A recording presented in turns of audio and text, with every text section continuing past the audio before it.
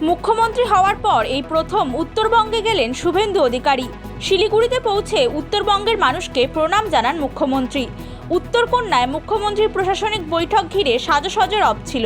Banner, festoon, কাটআউটে সাজিয়ে তোলা হয় গোটা চত্বর। বৈঠকের আগে উত্তরবঙ্গের উন্নয়ন নিয়ে একাধিক গুরুত্বপূর্ণ ঘোষণা করেন তিনি। শুভেন্দু জানান, এখন থেকে প্রতি মাসে তিনি নিজে উত্তরবঙ্গ সফরে আসবেন এবং উন্নয়নমূলক কাজের অগ্রগতি সরাসরি খতিয়ে দেখবেন। শুধু তাই নয়, রাজ্যের উত্তরবঙ্গ উন্নয়ন মন্ত্রীও প্রতি সপ্তাহে উত্তরকন্যায় বসে প্রশাসনিক কাজকর্ম দেখাশোনা করবেন এবং সাধারণ মানুষের সঙ্গে সাক্ষাৎ করবেন। তিনি আরও বলেন, 2009 সাল থেকে বিজেপির পাশে রয়েছে উত্তরবঙ্গ। এবার ঋণ শোধের পালা। নির্বাচনের সব প্রতিশ্রুতি পূরণ করা হবে। 2009 সাল থেকে ভারতীয় জনতা পার্টিকে উত্তরবঙ্গে আপনারা প্রবেশের সুযোগ এবং স্বীকৃতি দেওয়ার জন্য উন্নয়নের মাধ্যমে আমরা সেই ঋণ শোধ করব।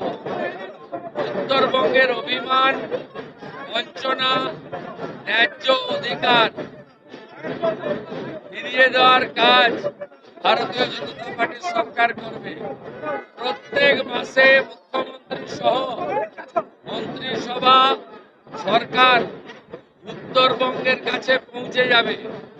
উত্তরবঙ্গ উন্নয়ন মন্ত্রী প্রত্যেক সপ্তাহে পুরো একদিন উত্তরকন্যাতে অফিস করবে এবং উত্তরবঙ্গের মানুষ যা স্বপ্ন দেখেছেন বিজেপিকে নিয়ে, বিজেপি তা পূরণ করবে। এরপর উত্তরকন্যায় পৌঁছে প্রশাসনিক বৈঠক করলেন মুখ্যমন্ত্রী শুভেন্দু অধিকারী।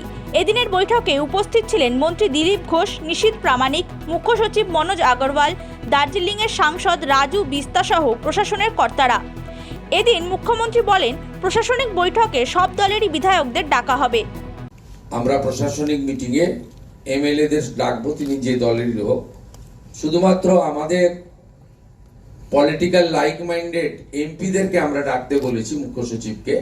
বুধবারই প্রশাসনিক সভা থেকে শুরু করে একাধিক কর্মসূচি সেরে বিকেলেই কলকাতায় ফেরেন তিনি। Bureau report, Hindustan news point.